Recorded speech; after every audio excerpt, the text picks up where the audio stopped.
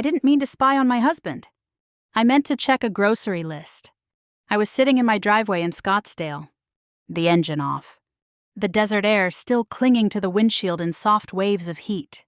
My phone buzzed in my hand, and before I even unlocked it, it automatically connected to Daniel's car Wi-Fi, the same system I had insisted we install last spring when he kept forgetting passwords and complaining about dropped calls. I heard a crackle of static. Then I heard my lawyer's voice. Victor Hale. Clear. Calm. Clinical. And once the temporary management clause activates, she won't have the authority to block the shareholder vote. My fingers tightened around the phone. Daniel chuckled. That low, confident laugh I had known for 29 years. By the time she realizes, he said, the vote will already be done. The sound of papers shifting. A car door closing. They thought they were alone inside his SUV. They thought every word was private, contained within tinted windows and leather seats. They had no idea I was listening. I didn't move. I was afraid that even shifting in my seat might break the Bluetooth connection. My heart was pounding so hard I could hear it in my ears. But I forced myself to breathe slowly, quietly. Victor continued. We'll categorize the amendment under estate planning updates. It can be bundled with the will revision. That way it won't raise suspicion. Estate planning updates. Will revision. They were talking about my trust. My 40% controlling share in Monroe Desert Holdings, the company my father built from a single parcel of land and a handshake agreement in the 1980s. The company I inherited when he passed. The one Daniel had served as CFO for 8 years before stepping down. Daniel's voice lowered. She won't question it if it's framed as asset protection. After everything with her mother, she's been emotional. Emotional. I stared straight ahead at my closed garage door, the beige paint suddenly blurring. Victor replied carefully. The emergency incapacity language has to be handled delicately. But if the board expresses concern, the transition can be justified. Emergency incapacity. Transition. I felt something cold settle in my chest. They weren't just adjusting paperwork. They were preparing a removal. Daniel cleared his throat. The shareholder vote is already set for early January. Once the temporary management clause is in place, I'll have authority to move forward with the capital discussions. Capital discussions. Outside investors. This wasn't about protecting me from stress. This was about control. And her sister? Victor asked. A pause. She understands the need for stability. Daniel said, Claire already agreed. That hit harder than the rest. I barely registered the sound of Daniel's engine cutting off in the driveway next to me. I quickly locked my phone and disconnected from the Wi-Fi before he stepped out of the SUV. My hands were steady by the time I opened my car door. When he walked inside a minute later, he was smiling, carrying takeout containers like any other Tuesday night. Hey, he said lightly, kissing my cheek. I grabbed your favorite Thai place. I searched his face, the familiar lines around his eyes, the faint crease in his forehead. Nothing looked different. Nothing betrayed the conversation I had just heard. Thanks, I said evenly. He set the food on the counter and loosened his tie. Victor thinks we can finalize everything before New Year's, he added casually. It'll be good to have all the estate updates wrapped up. Estate updates. I nodded as if that word didn't feel like a blade. Later, when he went upstairs to shower, I walked into my home office and closed the door softly behind me. I logged into the company's internal board portal, something I hadn't done in a few weeks because December was usually quiet. There it was. Special shareholder review, January 5th. I hadn't scheduled it. I opened the attached memo titled Leadership Transition Contingency Activation. My name appeared only in passing, as primary shareholder, subject to review. Subject to review. My pulse steadied. Panic wouldn't help me. Anger wouldn't either. I checked the meeting distribution list.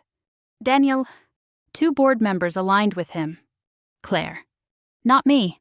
I leaned back slowly in my father's old leather chair, the one he used to sit in when explaining quarterly reports to me at this same desk. If they thought I wouldn't read the fine print, they had forgotten who raised me. I didn't sleep that night.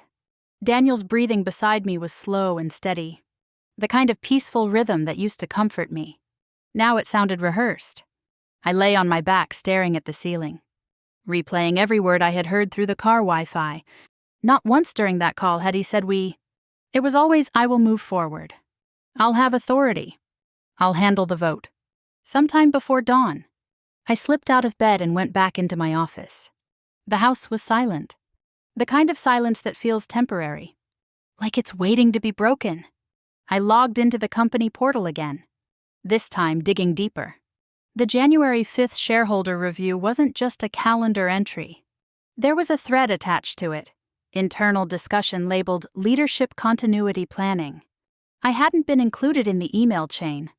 My name appeared only once in the memo, described as current controlling shareholder pending transitional evaluation. Pending evaluation. I scrolled further and opened a PDF attachment summarizing the proposed governance updates. It referenced my support for succession preparation. I had never written that. My stomach tightened. I pulled up the metadata. The memo had been sent from my executive email account 3 weeks earlier. The digital signature bore my encrypted key. I checked the login history. Remote authentication. Midnight. 3 weeks ago. The access point was listed as Daniel's office computer. I stared at the screen, forcing myself not to jump to conclusions. There had to be another explanation. A glitch. A technical overlap. But there it was. My name attached to a narrative I never approved. 6 months earlier, Daniel had insisted we simplify our digital access for convenience. He said retirement planning meant consolidating passwords, linking credentials, reducing confusion. Victor had agreed it was standard modernization for estate planning. I remembered signing the authorization to merge certain authentication systems. It hadn't felt dangerous then. Now it looked like a doorway. I pulled up the board voting history. 2 weeks ago, Claire had voted in favor of something labeled Temporary Authority Review. Temporary authority. I leaned back in my chair, a slow ache building behind my eyes. Claire had always resented the way Dad structured the inheritance. I received controlling shares in Monroe Desert Holdings because I had worked beside him for years, learning the business from the ground up. Claire received substantial liquid assets and property investments. At the time, she had hugged me and said she understood. Lately, she had been spending more time with Daniel. I opened her email attached to the vote. Daniel explained why this is necessary for stability. She had written, I support the precaution. Precaution. I closed my eyes for a moment. I reached for my phone and texted Ethan. How's work this week? Everything calm. He replied a few minutes later. Busy. Dad moved me off the strategy meeting for January. I typed back. Why? He hesitated before responding. He said it was above my clearance, that leadership decisions were being reviewed. I felt something drop inside me. Then another message appeared. Mom, are you stepping down? I stared at the words. No. I wrote, why would you think that? He didn't answer immediately. Dad said you've been overwhelmed lately. There it was again. Emotional. Tired. Overwhelmed. A narrative forming. I opened the legal document repository and searched for incapacity. One file appeared. Emergency Governance Activation, Draft. I opened it slowly. The language was cold and precise. In the event of documented emotional instability or compromised decision-making capacity, a temporary transfer of voting authority may be enacted by a majority of designated board members. Designated board members. I scrolled down. Claire's name was listed as one of 2 eligible signatories authorized to initiate a review. My grief over my mother's passing, the sleepless nights, the tears, the therapy sessions, were now potential evidence. Weaponized. I pulled up the version history of the document. The first draft had been created 2 months before I overheard that call in the driveway. 2 months. I clicked deeper into the revision trail. There, in a faint gray comment bubble that hadn't been fully deleted, was a note from Victor. Once incapacity is established, voting transfer is automatic. Automatic. Not debated. Not reviewed. Automatic. I sat very still, letting the reality settle over me. They weren't protecting the business from me. They were preparing to replace me. I looked again at the login history tied to my executive email. Midnight. Daniel's office. The memo endorsing succession. My digital signature attached to words I never wrote. This wasn't just marital betrayal. This was corporate manipulation. And if I confronted him too soon, they would accelerate everything. I closed the portal and shut down my laptop carefully. They believed I wasn't reading the details. They believed I was too sentimental to notice the pattern. They had already started speaking about my authority as if it were temporary. They were wrong. By 8 the next morning, the January 5th meeting had been upgraded from a calendar entry to a countdown. I logged into the board portal again with a different kind of focus. The agenda had expanded overnight. Leadership transition, contingency activation. Proxy confirmation. Capital structure review. Capital structure. I opened the proxy distribution file. Preliminary forms had already been circulated to 2 minority shareholders, requesting authorization for temporary voting reassignment in the interest of stability. My name appeared as supporting party. Supporting party. I hadn't signed anything. I checked the voting access panel. My credentials were flagged with a small yellow icon. Pending authorization update. Pending. I closed the laptop and walked into the kitchen where Daniel was reading the business section, like nothing in the world was wrong. Morning, he said without looking up. Morning, I replied, pouring coffee slowly. I saw the January 5th meeting. He folded the newspaper carefully. Routine governance review. We try to stay ahead of things. Things. He smiled. Retirement planning. Continuity. You've said you're tired lately. There it was again. Tired. I don't remember authorizing proxy distribution, I said calmly. He didn't miss a beat. Victor suggested we prepare documents early. It's procedural. You know how boards are. Procedural. I nodded and let it drop. For now, after he left, I drove downtown to see Harold Bennett, the accountant who had worked with my father for over 20 years.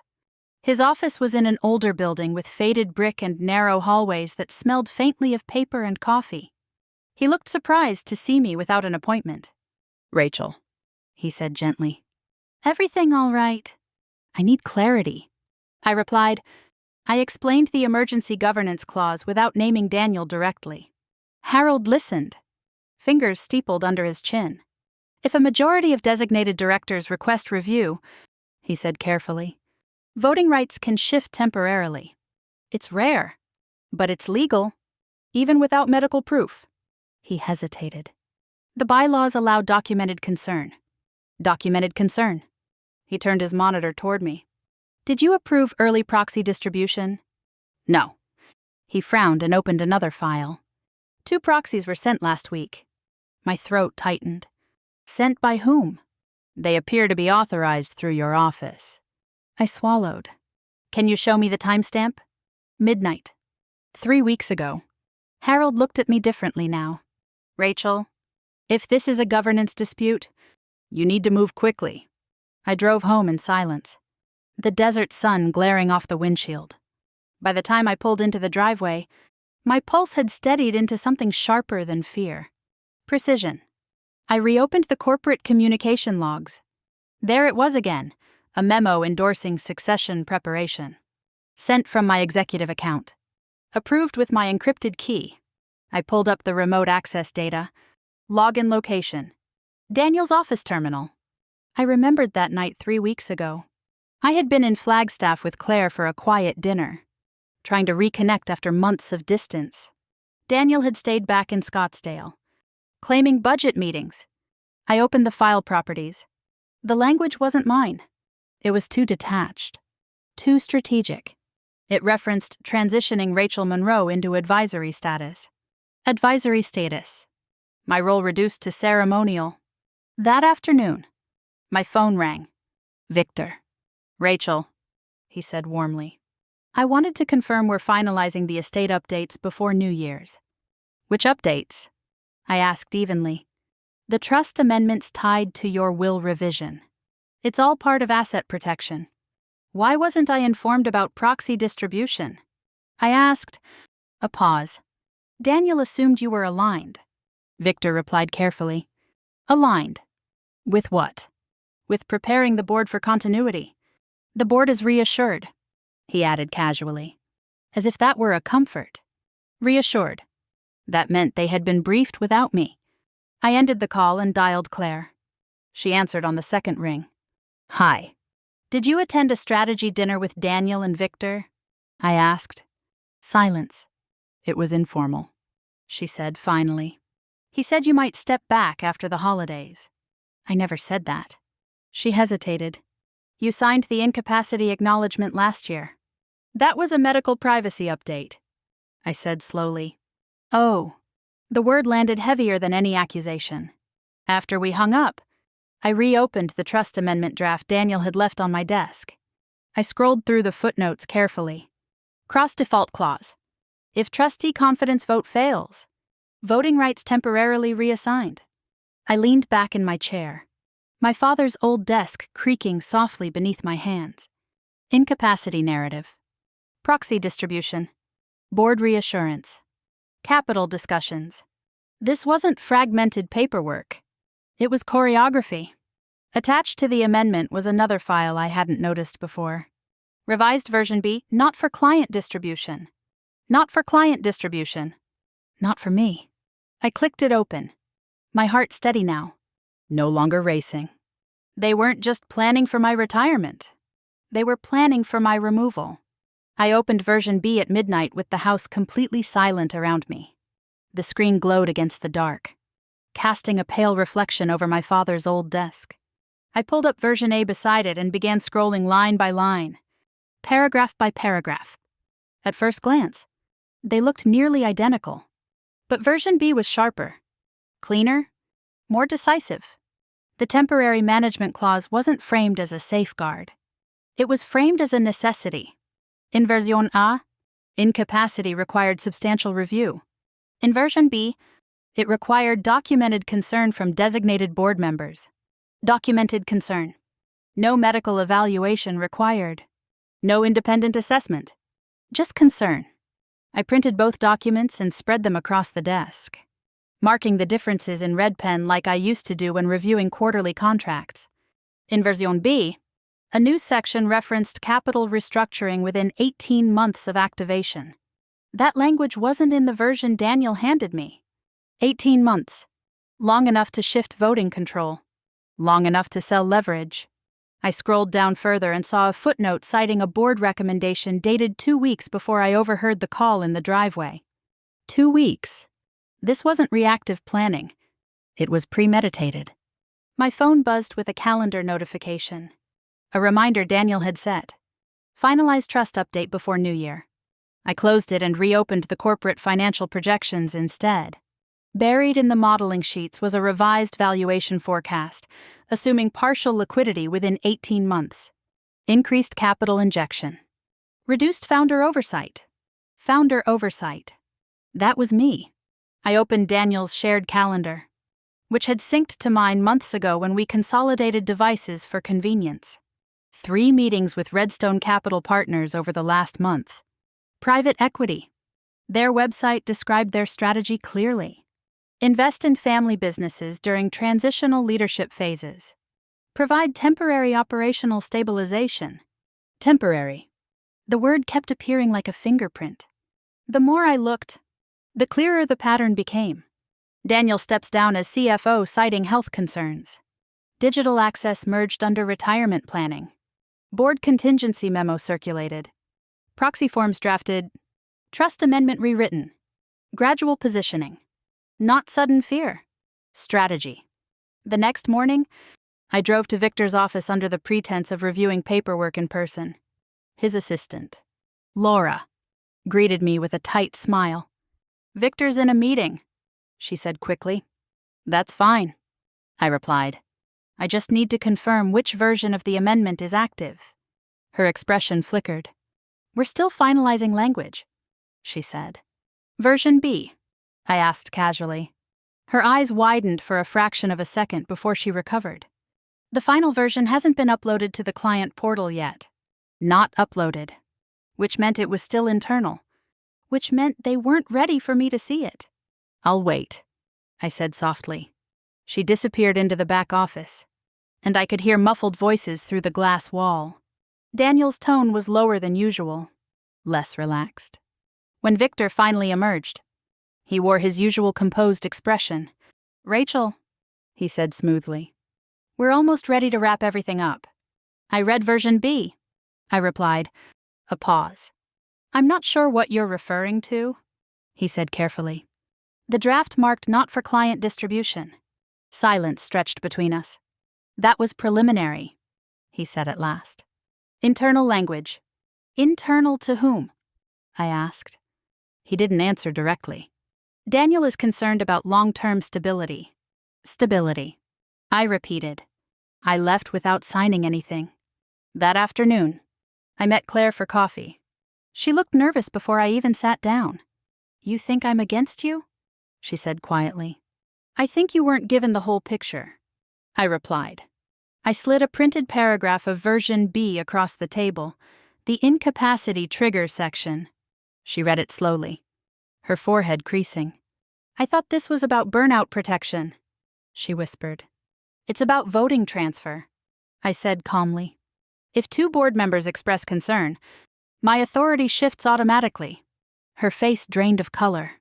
"I signed an advisory acknowledgement," she said faintly. "You signed without reading," I replied. Not unkindly.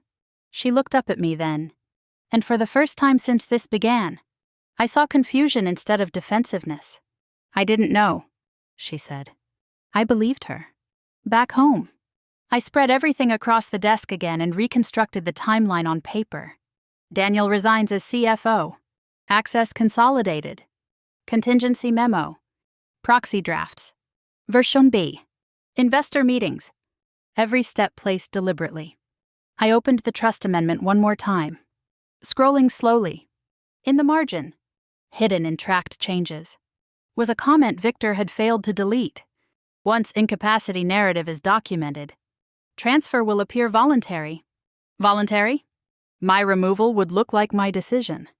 I leaned back in my father's chair and let the weight of it settle over me.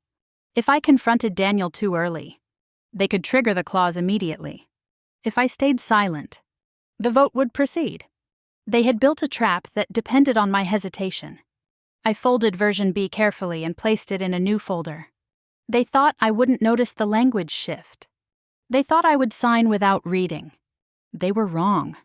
The house smelled like cinnamon and pine, like every Christmas Eve we had ever hosted.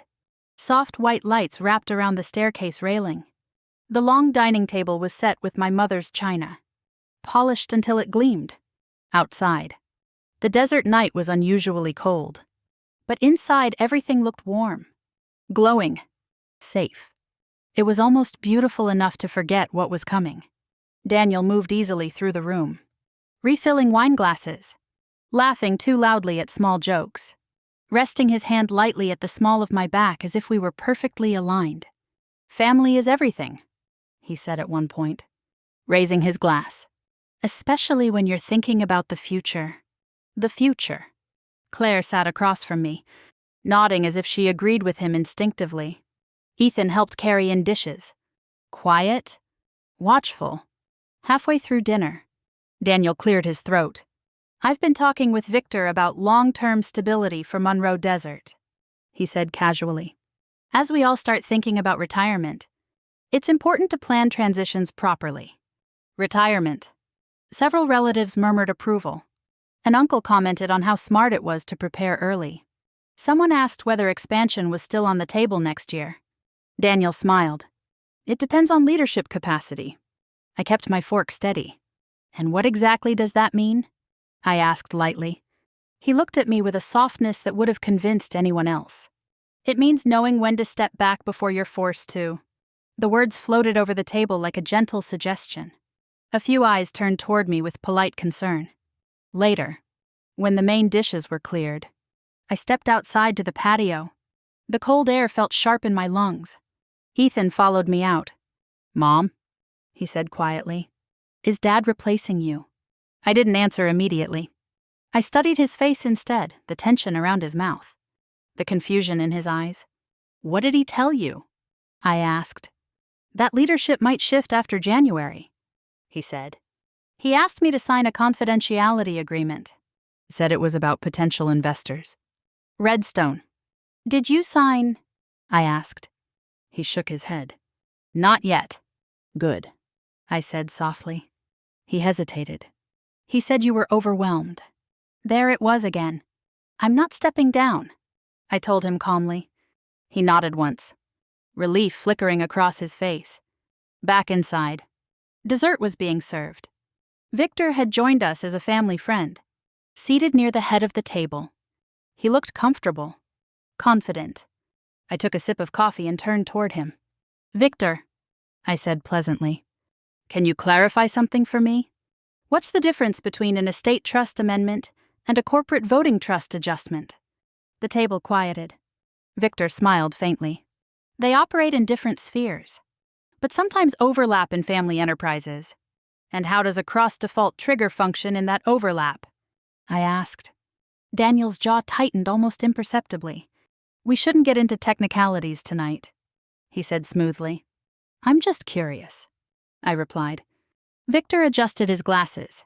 In certain circumstances, governance clauses can activate temporary authority shifts without a medical determination.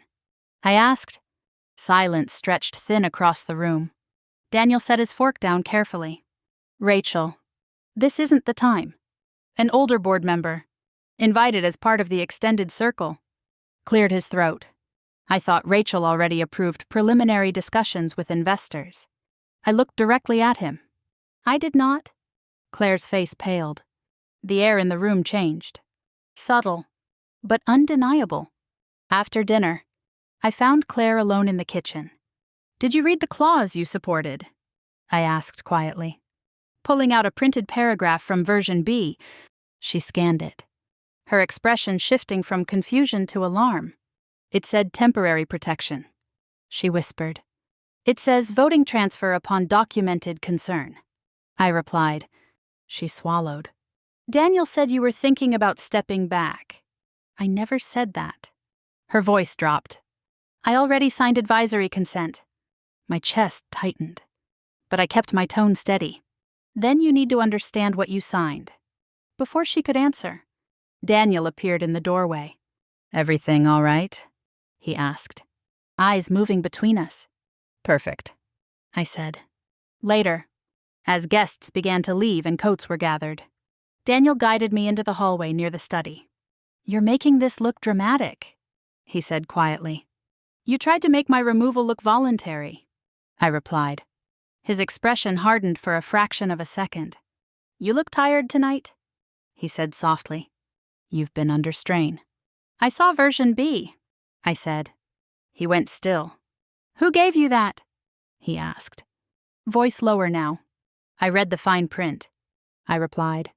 In the living room. Laughter rose as someone said goodbye. The normalcy felt surreal. If you fight this publicly, Daniel said, his tone cooling, the board will question your stability. There it was. Not a denial. A warning. I met his gaze without flinching.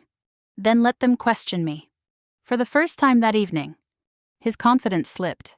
The Christmas lights continued to glow behind us, warm and steady, as the illusion of everything we had built flickered and began to crack. I woke before sunrise on December 26th and knew silence was no longer an option.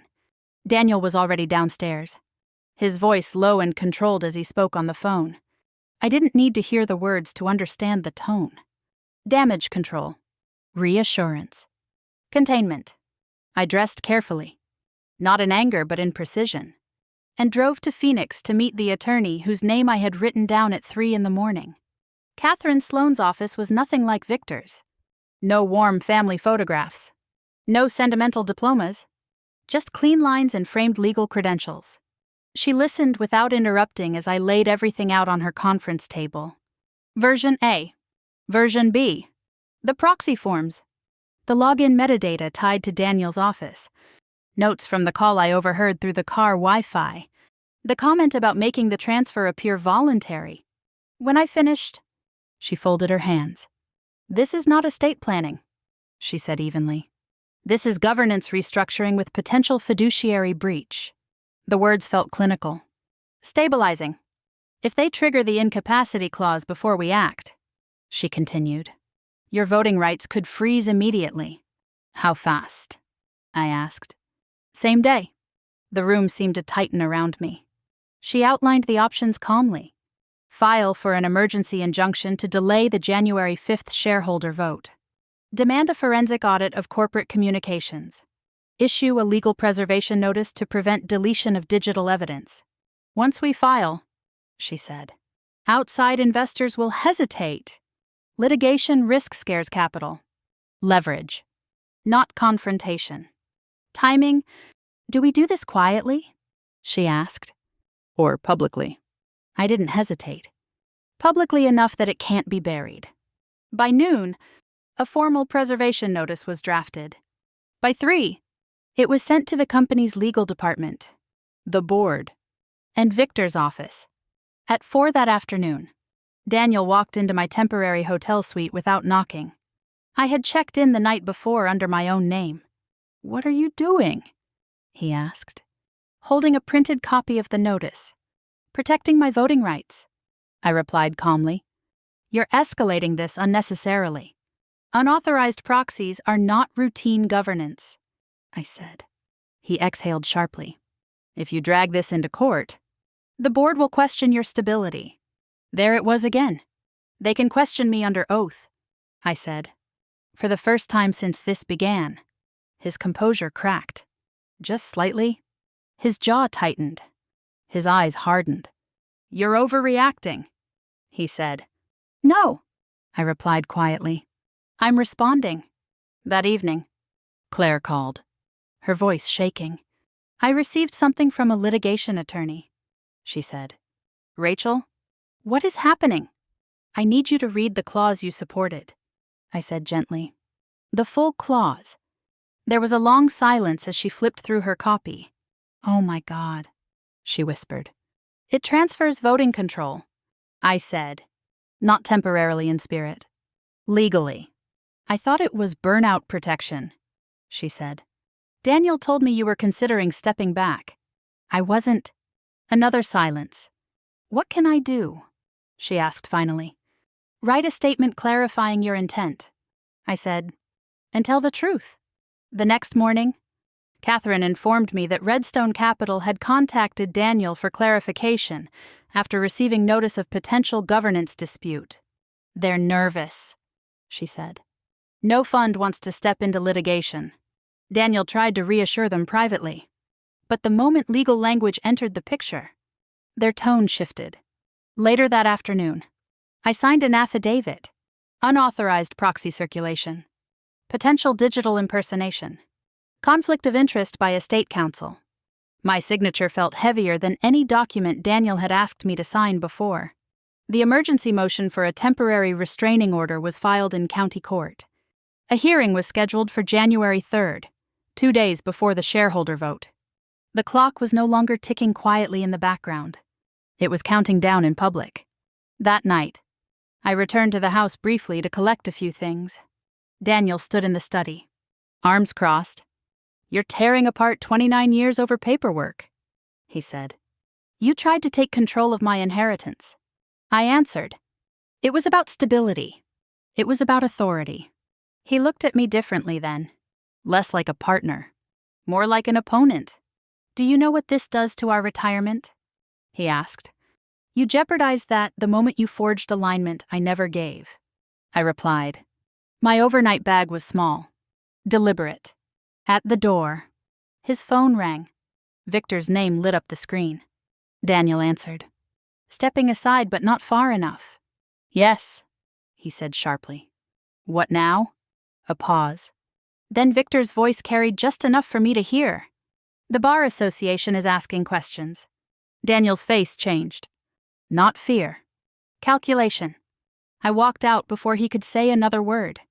For the first time since I overheard that call in the driveway, I felt something steady inside me. They had built a quiet strategy around my hesitation. Now they would have to defend it in the open. The courthouse felt colder than the desert air outside. On January 3rd, I walked in beside Catherine Sloan with a leather folder tucked under my arm and 29 years of marriage sitting heavily in my chest. Daniel stood near the entrance, speaking quietly with Victor. They stopped when they saw me. No one smiled. Inside the courtroom, the board members who had been copied on the preservation notice filled the back row. Claire sat near the aisle, hands clasped tightly in her lap. Ethan stood against the wall, silent but present. The judge reviewed our motion for a temporary restraining order before the January 5th shareholder vote. Catherine spoke first. She presented version A and version B side by side. She outlined the cross-default clause and the incapacity trigger. She submitted the proxy forms that had circulated without my knowledge. She explained the remote login activity tied to Daniel's office terminal. No drama, just sequence. When she finished, the judge turned to Daniel. Did you authorize proxy distribution under your wife's executive credentials? He asked evenly. Daniel's voice was measured. It was a governance precaution. Was she informed? She was aware of the broader planning. I didn't look at him. The judge leaned back slightly. Primary shareholders are not typically excluded from precautionary governance measures. Excluded. The word landed softly but firmly. Victor attempted to reframe the trust amendments as estate planning protections. Catherine countered immediately, highlighting the conflict of interest in representing both spouses while drafting governance shifts that benefited one over the other. The judge's expression changed. Was there independent counsel advising Mrs. Monroe? He asked. Victor hesitated. Not at that time. That pause said more than any accusation. Within the hour, the judge granted a temporary suspension of the amendment implementation pending further review. The incapacity trigger was frozen. The shareholder vote could proceed, but any transfer of voting authority was stayed. It wasn't victory yet, but it was time. On January 5th, the boardroom felt smaller than usual. The long walnut table gleamed under fluorescent lights. Daniel sat near the center. Posture rigid, Victor was not present. Redstone Capital had sent a written notice the night before, withdrawing preliminary interest due to governance instability. Instability. The word Daniel had used against me now hovered over him. The meeting opened formally. The motion to activate temporary management authority was introduced. Before discussion could move forward, Claire raised her hand. I need to clarify my prior advisory acknowledgement, she said, her voice steady but tight. I was not aware that the clause would transfer Rachel's voting rights without medical determination. I do not support activation. A murmur moved around the table. Daniel's gaze snapped toward her. Catherine had arranged for a forensic IT consultant to present findings under legal supervision. He explained the remote login records, the midnight authentication, the use of my encrypted key. The room grew quieter with each detail. I never authorized proxy distribution, I said calmly when invited to speak. And I never consented to temporary removal. A director who had previously aligned with Daniel shifted in his seat. Were we informed of all material facts? He asked Daniel directly. Daniel exhaled. This was about protecting the company. From whom? Another director asked. No one answered. The formal vote was called, one by one. Hands were raised. The motion to activate temporary management failed. Immediately after, a separate motion was introduced to initiate an independent governance audit and temporarily remove Daniel from advisory influence pending review. That motion passed. Daniel didn't look at me when the result was announced. In the hallway afterward, he finally spoke. You've damaged investor confidence, he said quietly. You've made us look fractured. You tried to make my removal look voluntary, I replied. His eyes hardened. You just destroyed our retirement. You risked it when you decided my authority was negotiable, I said. He shook his head once, almost in disbelief. Victor sent formal notice later that afternoon that he was withdrawing as family counsel due to an ethical review inquiry. Everything Daniel had framed as precaution had become exposure. That night, back in my hotel room, I stood by the window and watched the lights of Scottsdale flicker across the desert horizon. The vote had failed. My voting rights remained intact. The board had ordered an audit. The illusion of quiet control had collapsed under scrutiny.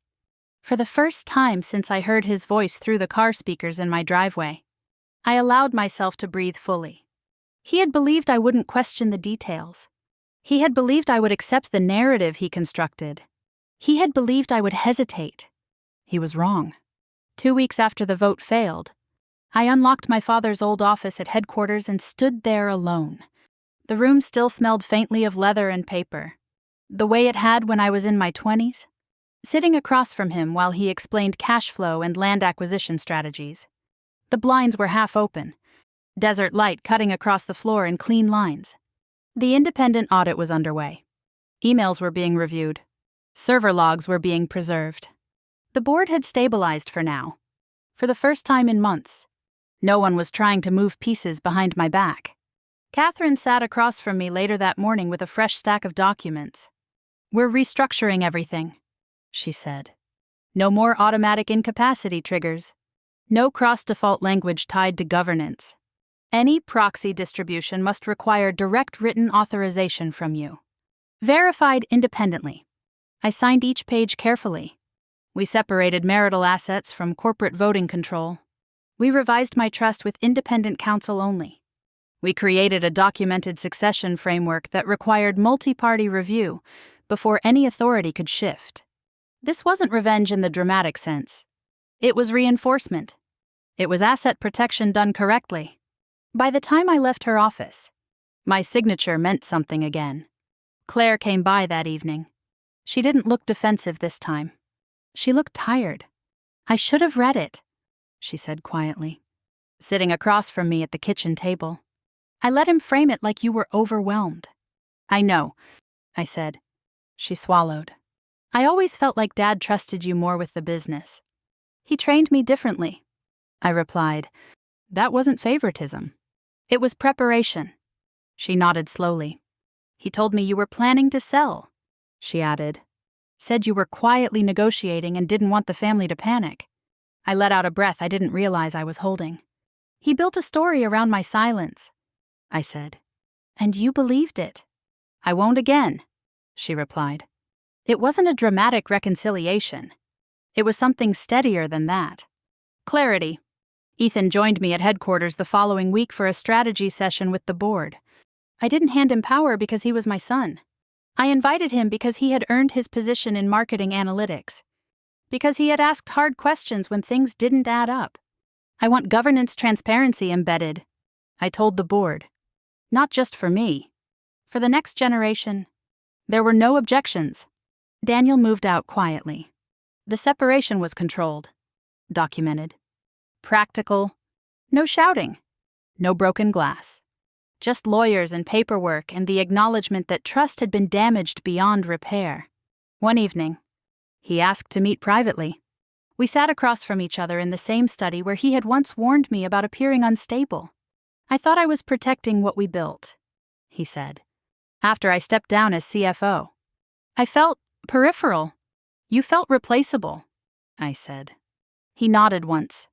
"And you decided the solution was to make me replaceable first," I replied.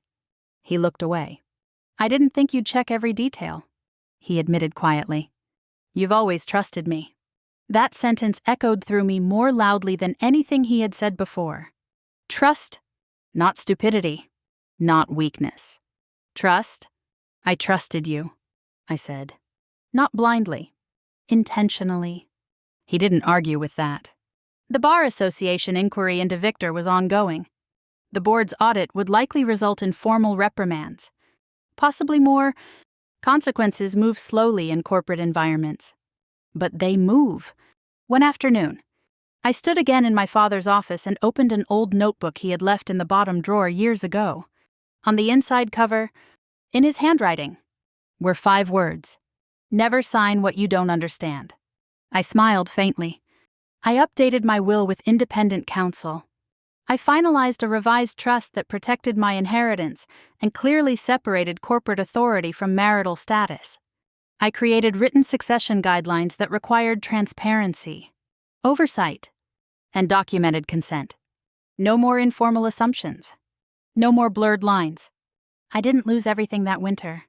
I lost the illusion that shared history guarantees shared loyalty. And I kept my power. If you've ever been told you're overreacting for asking questions about money, contracts, or estate planning, I hope you hear this clearly. Reading the fine print is not paranoia. Requesting transparency is not betrayal. Protecting your inheritance, your business, or your retirement security is not selfish. It is responsibility. If this story resonates with you, I'd love to know. Have you ever reviewed your trust, your will, or your financial agreements and discovered something that changed everything? Share your experience in the comments. Your story might help another woman realize she's not alone. And if conversations like this matter to you about family drama, hidden power, asset protection, and reclaiming authority, stay here. Subscribe. There are more truths we need to talk about, and more stories about women who refused to be quietly erased. I didn't lose my marriage that season. I lost my illusion, and I chose to keep my voice.